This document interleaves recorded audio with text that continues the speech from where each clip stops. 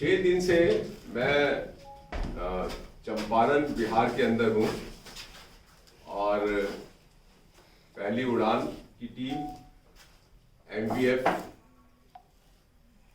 की टीम और भी बहुत सारे लोग हमारे साथ यहाँ जुड़े, जिनकी मदद से मैं बहुत सारे स्कूलों को विजिट किया और कई सारी जो मीटिंग्स पेरेंट्स के साथ करी मैंने, और गांव में घूमकर अलग अलग जो भी व्यक्ति मेरे को दिखा, जो भी बच्चा दिखा, उससे मैंने बात करने की कोशिश करी और समझने की कोशिश करी कि किन समस्याओं से वो गुजर रहे हैं, और खासकर जो है मैंने शिक्षा के बारे में जानने की कोशिश करी।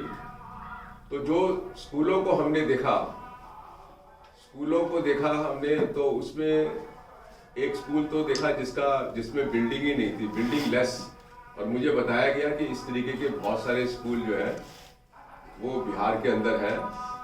उसमें जो बच्चे थे उस स्कूल के अंदर, वो प्राइमरी स्कूल के बच्चे थे और एक आंगनवाड़ी भी चल रहा था, और वो बहुत सारे बच्चे तो सड़क पे ही बैठे थे, और कुछ बच्चे जो किसी का मकान था जो खंडर हो गया था उसके अंदर थे, और वो ना पानी की सुविधा थी वहाँ पे, और बच्चों से पता लगा कि वो जब टॉयलेट आता है तो वो स्कूल के बाहर जंगल में जाते हैं करने के लिए हैं, और टीचर्स भी पूरे नहीं थे।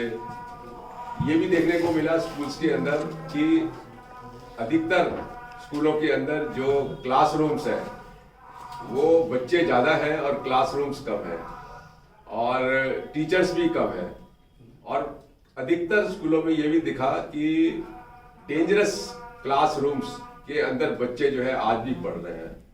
पेंटो का जो बिल्कुल नेपाल और इंडिया के बॉर्डर पर है, उस स्कूल में तो हमने देखा कि वो जो है आपके टिन शेड के अंदर बच्चे पढ़ रहे हैं, छोटे छोटे बच्चे, और उसके अंदर टिन के अंदर भी छेद है, बरसात में उसमें से भी पानी आ जाता है। जो फर्श है जिन पे बच्चे बैठे हुए, अधिकतर बच्चे जमीन पे ही बैठे हुए, 90% से ज़्यादा सरकारी स्कूलों में बच्चे जमीन पर बैठे हुए हैं, और उनमें से भी अधिकतर बच्चे जो है वो अपने घर से जो है टाट पट्टी लाते हैं और उस पे बैठते हैं, और फर्श टूटे हुए हैं, ब्लैक बोर्ड खराब है, जो छत है वो खतरनाक है, खतरनाक छत के अंदर बैठे हुए हैं, कहीं कहीं जहाँ डेस्क मिले हुए हैं वो डेस्क भी टूटे हुए दिखे। तो बदहाली की हालत जो है ना, मुझे लगा है, और ये एक सैंपल के तौर पर है, जिसको हम कह सकते हैं कि पूरे बिहार के अंदर जो स्कूल है वो लगभग कहीं ना कहीं 19-20 का फर्क हो सकता है, अदरवाइज उनकी स्थिति भी इस तरीके की खराब है। अब सवाल ये आता है कि राइट टू एजुकेशन जो एक तरीके से 1993 में सुप्रीम कोर्ट ने कहा कि ये फंडामेंटल राइट हम डिक्लेयर करते हैं, क्योंकि तुमने 42 साल के अंदर जो आर्टिकल 45 था, जिसके अंदर आपको 10 साल के अंदर 1950 से 10 साल के अंदर सारे बच्चों को स्कूलों में लाना था, आप ला नहीं पाए, तो इसलिए हम इसको फंडामेंटल राइट डिक्लेयर करते हैं।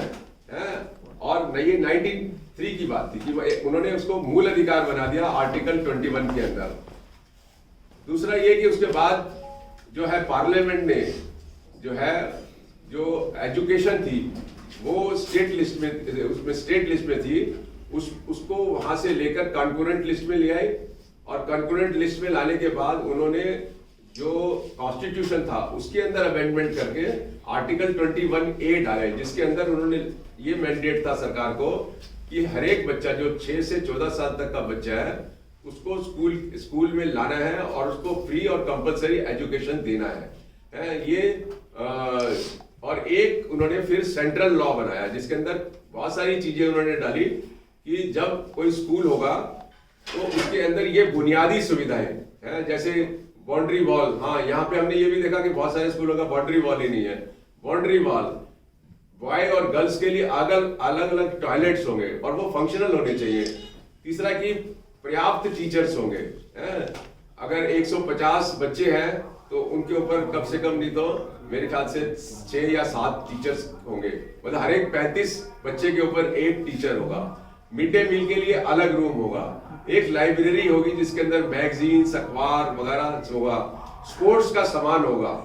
ये चीजें जो 2010 में, जो 2009 में जो कानून बना, जो 1 अप्रैल 2010 से लागू हुआ, उसके अंदर ये सारी चीजें लिखी गई कि ये मैंडेटरी है। लेकिन साथ में ये भी कहा कि ये सारे राज्यों को, देश के पूरे राज्यों को 3 साल के अंदर ये लागू करने हैं। तो 3 साल कब खत्म हो गए? 1 अप्रैल 2013 को खत्म हो गए 3 साल।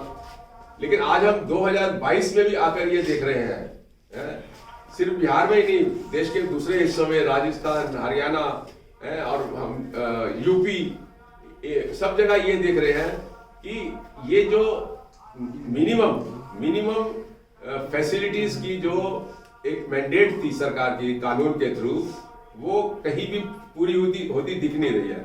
तो ऐसी स्थिति में हमें क्या करने की जरूरत है? अब एक्शन प्लान के ऊपर बात करते हैं।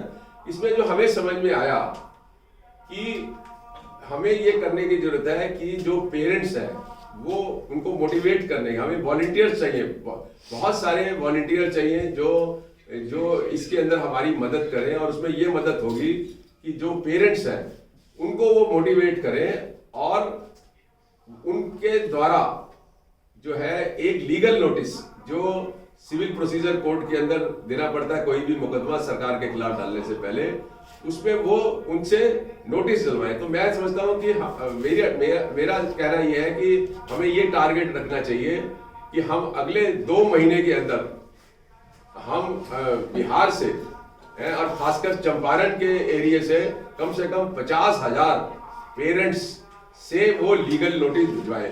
और उस लीगल नोटिस में ये लिखा होगा कि हमारे बच्चे फलाने सरकारी स्कूल में पढ़ते हैं और उस सरकारी स्कूल में ये सुविधाएं नहीं है जो कानून में उनको मिलनी चाहिए। इसलिए हम आपको कानूनी नोटिस देते हैं। ये चीफ सेक्रेटरी बिहार स्टेट को दिया जाएगा कि हम आपको कानूनी नोटिस देते हैं कि 2 महीने के अंदर आप ये सुविधाएं जो है उपलब्ध कराएं। जैसे बिल्डिंग नहीं है तो बिल्डिंग बनाएं, डेंजरस बिल्डिंग है उसको तोड़ के नई बिल्डिंग बनाएं, जैसे कई बिल्डिंग है ही नहीं तो नई बिल्डिंग उसको दे। तो ये 2 महीने का नोटिस होगा। मुझे उम्मीद है कि अगर 50,000 नोटिस इस तरीके के पेरेंट्स, जो कोई मुश्किल काम नहीं है, क्योंकि एक स्कूल के अंदर कई जगह तो 700, 1500, 2000, 2500 बच्चे भी पढ़ते हैं। तो ये इतना मुश्किल नहीं है पेरेंट्स को करने के लिए, इसके लिए राजी करने के लिए। और अभी हमें जो मीटिंग्स हुई है उसमें बहुत ही उत्साहजनक हमें पेरेंट्स से रिस्पांस मिला है। वो सारे तैयार हुए हैं। अभी हम ऑलरेडी पिछले हफ्ते एक पेरेंट, हाँ ये हमारे साथ बैठे हुए हैं प्रहलाद जी, इनके 4 बच्चे हैं जो 2 स्कूल में एक पढ़ते हैं, 2 एक में पढ़ते हैं। तो इनके ब्याह पर हमने ऑलरेडी फरवरी के अंदर जो है पिछले महीने मुख्य सचिव बिहार को ऑलरेडी नोटिस दिया है स्कूल के लिए कि 2 महीने के अंदर जो है आप ये सुविधाएं उपलब्ध हो। तो अब 2 महीने जैसे खत्म हो गए और सुविधाएं नहीं उपलब्ध हुई तो प्रहलाद मेरे ख्याल से पहले व्यक्ति होंगे आपके चंपारण में जो सिविल कोर्ट में जाएंगे। और सिविल कोर्ट में हम बार बता रहे हैं कि हमें किसी पेरेंट को हाई कोर्ट या सुप्रीम कोर्ट जाने की जरूरत नहीं है, क्योंकि अब ये कानूनी अधिकार बन गया है राइट टू एजुकेशन एक्ट के अंदर। तो वो जो नजदीक में, घर के नजदीक में तहसील में जो सिविल जज बैठते हैं उनके यहाँ अपना दावा लगा सकते हैं। और वो दावा बड़ा सिंपल होता है, उसमें कोई 25-30 रुपए का हो सकता है खर्चा आ जाए टिकट वगैरह का, और कोई खर्चा आता नहीं है। वो सब हमारे वॉलंटियर्स जो है उनको मदद करेंगे टाइपिंग वर्क के अंदर। और उसमें अच्छा तो यही होगा कि कोई वकील अगर उनकी तरफ से लड़ता है, लेकिन वकील कोई आपकी मुफ्त मदद करे, ये बहुत ही मुश्किल काम है हमारे देश के अंदर। तो हमें ये भी बीड़ा जो है कोर्ट का केस डालने का और कोर्ट परसू करने का, वो भी पेरेंट्स को अपने ऊपर लेना पड़ेगा। और पेरेंट जैसे ही केस डालता है उसी दिन वो सुनवाई हो जाएगी उसके अंदर, और फिर सिविल जज जो है वो नोटिस इशू करेगा राज्य को। अब आप समझिए कि हर एक तहसील से अगर हजारों नोटिस इस सरकार को गए तो आप समझ सकते हैं कि सरकार की नींद जो है वो खराब हो जाएगी। दूसरी बात यह है कि पेरेंट्स को इसमें कोई टेंशन की जरूरत नहीं है, वो अपने हक की लड़ाई लड़ रहा है, बच्चे के अधिकार के लिए लड़ रहा है। तो वो उसको सिर्फ ये काम होगा कि वो अदालत में जाके खड़ा हो जाए और अपनी बात को कहे कि मेरा बच्चा जो है फलाने स्कूल में पढ़ता है और उसमें ये सुविधाएं नहीं है। बाकी मैं समझता हूँ कि जो अदालत है हैं। हमारे जो जज लोग हैं वो बहुत इंटरेस्ट दिखाते हैं जब बच्चों के अधिकारों का उल्लंघन के मुकदमे उनके सामने आते हैं। तो मुझे लगता है कि जो जजेस हैं जिनके पास ये केसेस जाएगा वो खुद बहुत ज्यादा आगे बढ़ चढ़ कर इसमें मदद करेंगे और सरकार के ऊपर पूरा दबाव पड़ेगा। तो ये प्लानिंग है हमारी कि 2 महीने के बाद हम लगातार केसेस सिविल कोर्ट में डालने लग जाएंगे। और मैं ये भी बताना चाहता हूं सब लोगों को कि कहीं भी आपको कोई प्रॉब्लम होगी तो मैं आपके साथ खड़ा हूं, पूरी तरीके से खड़ा हूं। और अगर जरूरत पड़ी तो किसी कोर्ट में कहीं कोई दिक्कत भी हुई तो मैं खुद आके आपकी अदालत में आपके लिए जो है मुकदमा लड़ूंगा, आपके लिए बहस करूंगा, है। तो मुझे लगता है कि ये नक्शा हमें बदलने की जरूरत है। और एक और मैं लास्ट में ये बात कहना चाहता हूं नौजवान लोगों से, मेरे साथ भी बहुत सारे नौजवान बैठे हुए हैं, इनसे भी कहना चाहता हूं और इनके और दोस्त और मित्र से कहना चाहता हूं कि आप लोग इसमें योगदान दें। देखिए आप लोग बड़े हो गए हैं, आपने स्कूल में पढ़ाई करी है और इन्हीं स्कूलों में पढ़ाई करी है जहाँ छत नहीं थी, जहाँ पानी नहीं थी, जहाँ टॉयलेट नहीं थे, और आप सब लोग जानते हैं क्योंकि हमें एक अच्छी शिक्षा नहीं मिली। सुप्रीम कोर्ट ने 2012 के एक फैसले में कहा कि राइट टू एजुकेशन का मतलब यह है क्वालिटी एजुकेशन। क्वालिटी, हमें क्वालिटी एजुकेशन चाहिए। ऐसी नहीं हो कि हम 12वीं पास करके जो है अपनी एक हिंदी में एप्लीकेशन ना लिख सके, हैं। क्वालिटी एजुकेशन चाहिए। तो क्वालिटी एजुकेशन हम लोगों को नहीं मिली, हमें ये मानना पड़ेगा, है। सरकारी स्कूलों से नहीं मिली हमें क्वालिटी। कोई स्कूल में जहां टीचर्स ने बहुत मेहनत करी है बच्चों के साथ, वहां का नक्शा कुछ अलग है। अदरवाइज सभी स्कूलों का, सरकारी स्कूलों का नक्शा एक जैसा है। तो हमें जो है वो क्वालिटी एजुकेशन जो हमारा अधिकार है, हमारे बच्चों का अधिकार है, वो हमें लेना है और लेके रहेंगे। तो मैं आपको फिर से एक बार कह रहा हूँ कि नौजवानों को कह रहा हूँ कि वो वॉलंटियर करें। मैं अपना मोबाइल नंबर भी आपको दे रहा हूँ 9811011923। मैं रिपीट कर रहा हूँ 9811011923। मेरा नाम है अशोक अग्रवाल एडवोकेट। मैं दिल्ली के हाई कोर्ट और सुप्रीम कोर्ट में प्रैक्टिस करता हूँ। यही मेरा व्हाट्सएप नंबर भी है। प्लीज नौजवानों से और पेरेंट्स से और जो दूसरे लोग इसके अंदर हमारी मदद करना चाहते हैं, जैसे अभी पहली उड़ान और आपकी MVF और दूसरे साथियों ने और हमारे प्रहलाद जी ने हमारी इसमें मदद करी है और हमें बहुत अच्छा रिस्पांस मिला है। इस 6 दिन के अंदर मुझे इतना ज्यादा पब्लिक के साथ, स्टूडेंट्स के साथ, टीचर्स के साथ, स्कूलों के टीचर्स के साथ भी रिस्पांस मिला, क्योंकि वो भी उस हालात में बच्चों को पढ़ा रहे हैं जो हालात में बड़ा मुश्किल है पढ़ाना, है। तो इसलिए सब लोगों की मंशा मुझे साफ दिख रही है यहाँ पर कि ये व्यवस्था बदलनी चाहिए। इसलिए हमें एक सोया हुआ अगर कोई है तो वो है बिहार की सरकार, है। बिहार के मुख्यमंत्री सोए हुए नीतीश कुमार, और हमें उन्हें जगाने की बहुत जरूरत है। और मुझे लगता है कि ये बिल्कुल संवैधानिक तरीका है लड़ाई करने का, गांधी का तरीका है। हम गांधी की जमीन पर हैं और गांधी का ही तरीका लेकर हम इस व्यवस्था को चेंज करेंगे, है। हमें उम्मीद है कि हम सब लोग हमको कॉपरेशन करेंगे और हम इसको जल्दी से 6 महीने में हम देखना चाहते हैं कि जो बिहार के सरकारी स्कूल है उनका नक्शा बदल जाए और एक कदम कम से कम आगे चले क्वालिटी एजुकेशन सभी बच्चों को देने के लिए। और जो बच्चे हमारे स्कूल से बाहर हैं, विकलांग बच्चे बहुत बड़ी संख्या में बाहर हैं स्कूल में, वो सारे स्कूल में आने चाहिए और सभी को अच्छी एजुकेशन मिलनी चाहिए। और अगर हम अपने सरकारी स्कूलों को बढ़िया बना लेंगे तो मैं आपको बताता हूँ कि ये जो प्राइवेट स्कूल है ना, ये अपने आप ही बंद होने लग जाएंगे। यहाँ के भी पेरेंट्स जो हैं, जो इस टाइम उनके साथ लूट हो रही है फीस को लेकर, quality, so called quality education के नाम पर, वो भी उस पर भी हम उसी तरीके से लगाम लगा सकते हैं जब हम अपने सरकारी स्कूलों को बहुत ही बढ़िया बनाएं। हम अक्सर बोलते हैं कि देश के सारे सरकारी स्कूलों को कम से कम केंद्रीय विद्यालय का दर्जा दे दीजिए। अभी मैं देख रहा हूँ अभी कि केंद्रीय विद्यालय ने पहली क्लास में एडमिशन के लिए जो पहले 5 साल से और 7 साल के बीच का बच्चा होता था वो पहली क्लास की एडमिशन के लिए अप्लाई कर सकता था। अभी उन्होंने अपना रूल बदल दिया और ये कहा कि 6 साल से 8 साल का होना चाहिए। तो जो बच्चे 5 साल के हो गए हैं और 6 साल से कम हैं, लाखों की तादाद में देश में जो पेरेंट्स हैं वो जो है वो इसका प्रोटेस्ट कर रहे हैं, विरोध कर रहे हैं कि आपने ऐसा क्यों किया। हम इंतजार कर रहे थे अपने बच्चे को आपके केंद्रीय विद्यालय में अप्लाई करने के लिए, तो हम अब तो अप्लाई ही नहीं कर सकते, एडमिशन की तो बात बहुत दूर है।